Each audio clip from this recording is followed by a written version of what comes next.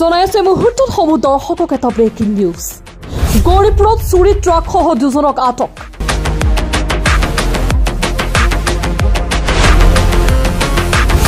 গৌৰীপুৰৰ আথানী আৰক্ষী চকীৰ অন্তৰ্গত ৰঙামাটি প্ৰথম খণ্ডৰ জনতা ইটা ফাটত লুকুৱাই ৰখা অৱস্থাত এখন ট্ৰাক জব্দ কৰাৰ লগতে দুজনক আটক কৰে। ট্ৰাকখন চুৰি মূল মাষ্টাৰমাইণ্ড দুজন ঘটনাস্থলীত আৰক্ষী উপস্থিত হোৱাৰ পূৰ্বে পলায়ন কৰে। ইফালে গাড়ীৰ ভিতৰত আটক হোৱা ব্যক্তি দুগৰাকী শৰীফুল জামান, নুৰ জামাল আলী বুলি জানিব পৰা গৈছে। পলাতক দুজন হৈছে এজনৰ নাম শাহ জামাল, আনজনৰ নাম জানিব পৰা হোৱা নাই। 3 দিনৰ পৰা ভাটাখনত ট্ৰাকখন থৈ দিয়াৰ ফলত স্থানীয় ৰাইজৰ সন্দেহ হোৱাত অনলাইনত পঞ্জীয়ন নম্বৰ পৰীক্ষা কৰাত ভুল তথ্য পোৱাত সন্দেহৰ সৃষ্টি হয়। লগে লগে আৰক্ষীক খবৰ দিয়াত আৰক্ষী উপস্থিত হৈ তদন্ত কৰাত ট্ৰাকখনৰ চেচিছ নম্বৰ আৰু পঞ্জীয়ন নম্বৰ টেম্পাৰিং কৰা তথ্য পোহৰলৈ অহাৰ লগতে বহুকেইখন নম্বৰ প্লেট জব্দ কৰে। ইতিমধ্যে আথানী আৰক্ষী অধিক তথ্যৰ বাবে আটক কৰা ব্যক্তি দুগৰাকীক মাৰাথন জেৰা অব্যাহত ৰাখিছে। আমাৰ ওচৰত স্থানীয় ৰাইজৰ কিছু মন্তব্য আছে, শুনাই ল'ব বিচাৰিছো। মানে ঘটনা হৈছে কি, আজি প্ৰায় 4 দিনমান হ'ল এখন 12 চকীয়া গাড়ী আমাৰ এই জনতা ইটা ভাটাত মানে কোনোবাই থৈ গৈছে। মানে আমি প্ৰথম ভাবিছিলোঁ কয়লাৰ গাড়ী হয় বুলি। পিছত ভাটাৰ মেনেজাৰক সোধা পিছত মেনেজাৰ ক'লে নহয়, আমাৰ কয়লাৰটো এতিয়ালৈকে অহা নাই। তাৰপিছত আমি কেইজনমান ল'ৰা ইয়াত আহি গাড়ীখনৰ মানে নাম্বাৰ প্লেটটো যিটো আছে সেইখন চালোঁ। অনলাইন মাৰি দেখোঁ আমি এখন সৰু গাড়ীৰ নাম্বাৰ হয়, মানে টাটা চুমু গাড়ীৰ নাম্বাৰ। তাৰপিছত আমাৰ সন্দেহ হ'ল, সন্দেহত আকৌ যাই মেনেজাৰক সুধিলোঁ যে আচলতে গাড়ীখন কাৰ হয়। তেতিয়া মেনেজাৰে ক'লে না, আমি এইখন গাড়ীৰ বিষয়ে নাজানো কাৰ গাড়ী হয়।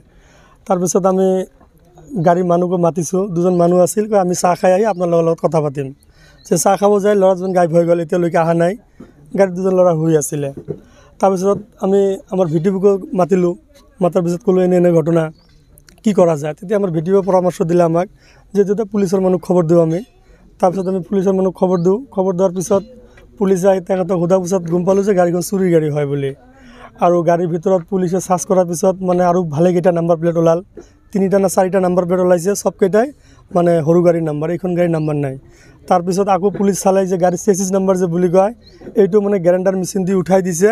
উঠাই দি নতুনকৈ মানে তেখেতে নাম্বাৰ বহাইছে বুলি পুলিচে ক'ল আমাক। আমিতো ইমানখিনি নাজানো কোনটো কি হয় নহয়। তো গাড়ীৰ ভিতৰত চাৰ্চ কৰাৰ পিছত বহুত ধৰণৰ মানে নিচাজাতীয় দ্ৰব্য পালে, ড্ৰাগছ পাইছে। তেখেতে ড্ৰাগছো খাইছে, মানে ড্ৰাগছ খোৱাৰ মানে যিবিলাক পেকেট যে পায় তাতো পৰি আছে, আমিও দেখা পালোঁ। এইখিনিয়ে ঘটনা আজিৰ। এয়া আছিলে স্থানীয় ব্যক্তিৰ কিছু মন্তব্য, আৰু আমাৰ ওচৰত আটক হোৱা ব্যক্তি দুজনৰ কিছু মন্তব্য আছে, শুনাই ল'ব বিচাৰিছো। নিউজ ডেস্ক ৰিপৰ্ট, প্ৰতিবাদ লাইভ। গাড়ীখন ক'ৰ পৰা লৈ আহিছিল? গাড়ীখন এই আমাৰ ভাইয়ে জানে, মই নাজানো। তোৰ ভাইৰ নাম কি? শাহজামাল। শাহজামালৰ ঘৰ ক'ত? ধুবুৰী। ধুবুৰী? গাড়ীখন কি চুৰি গাড়ী নেকি? চুৰি গাড়ী না কি মই নাজানো, তাৰ ভাই জানে। হা? শৰীফুল জামাল। হা? শৰীফুল জামাল। শৰীফুল জামাল ঘৰ ক'ত? ঘৰ ধুবুৰী।